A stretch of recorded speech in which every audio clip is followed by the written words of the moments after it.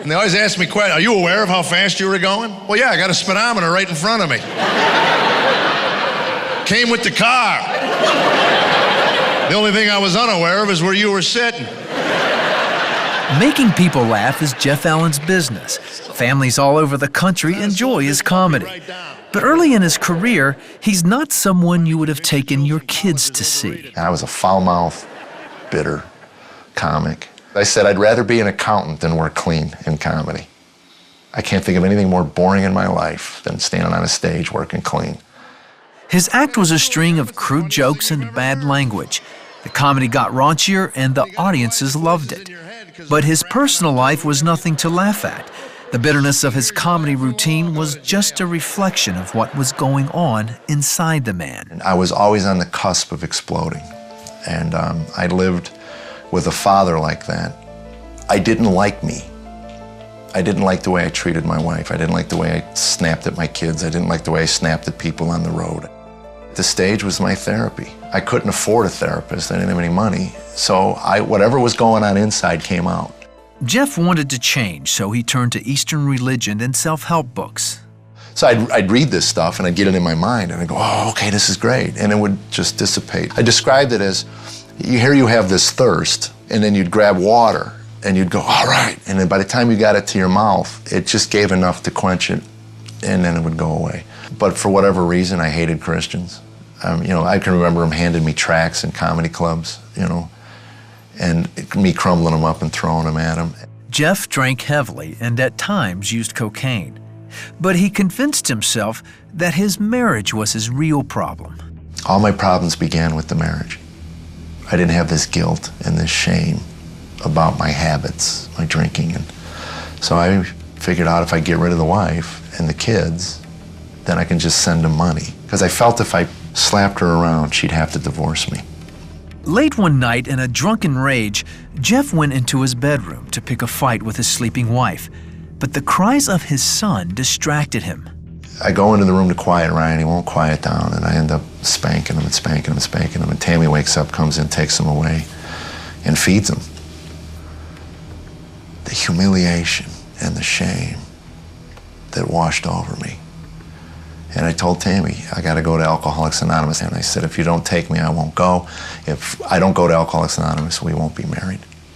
Jeff quit drinking, but his search for meaning continued to come up empty. So a friend gave him a Bible and signed him up to receive Bible study tapes through the mail. Jeff just stuffed them all in a drawer. About that time, his wife Tammy decided to leave for the summer, with no guarantee she would return.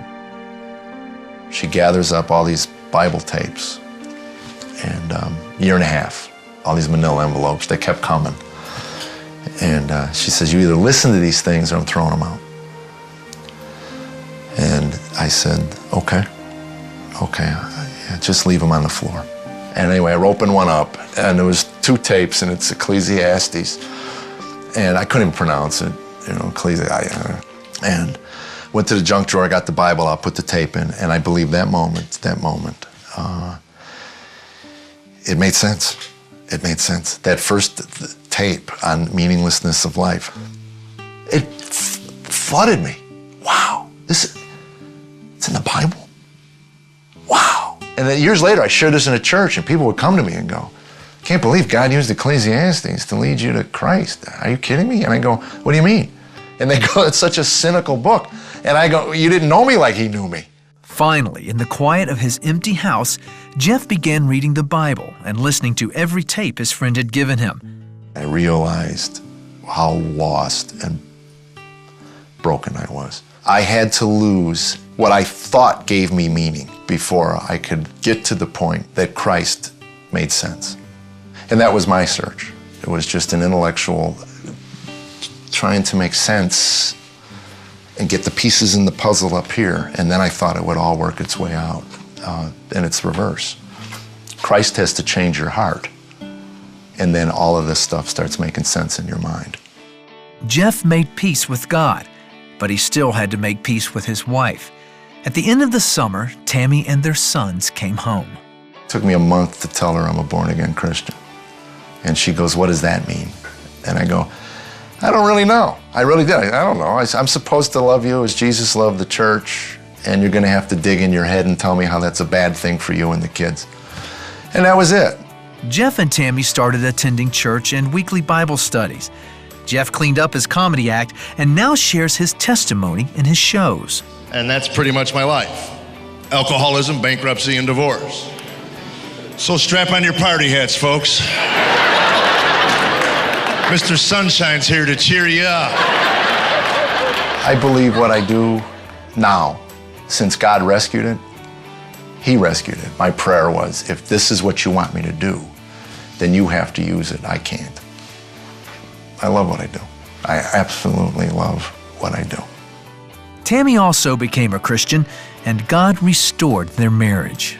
Everything we've been through, there is no earthly reason why we're still married. It is a divine intervention into two people's lives. So when I read about love and grace and forgiveness, I had a wife who showed me love, grace, and forgiveness. It still boggles my mind. And I thank God for intervening in my life and showing me what love, grace, and forgiveness looks like.